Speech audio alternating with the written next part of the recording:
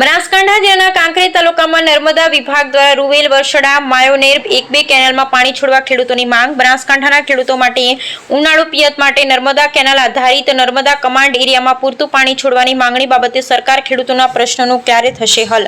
કેનાલમાં સાફ સફાઈ તેમજ મરામતની કામગીરી ચાલુ હોય તારીખ 15/5/2025ની સિંચાઈ અર્થે પાણી ચાલુ કરવાનો નિર્ણય યથાયોગ્ય જણાવેલ છે હોવાનું આવ્યું સામે।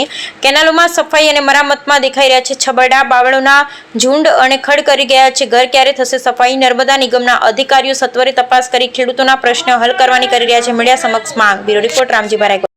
સરકારે 15/5/2025નું પાણી છોડવાનો આદેશ કરવામાં આવ્યો છે, છતાંય પાણી છોડવામાં આવ્યું નથી। બરોબર, હજી આ 15 તારીખ સામે આવી રહી છે, 15/6 ત્યાં સુધી હજી પાણી આવ્યું નથી। જે પિયત કરવું છે તો અમારે કેવી રીતે કરવું? સરકારને અમે નમ્ર વિનંતી કરીએ કે અમારું જલ્દી પાણી છોડી આપે। શું નામ છે તમારું? અમારું શંકરભાઈ જોશી। ક્યાં ના છો?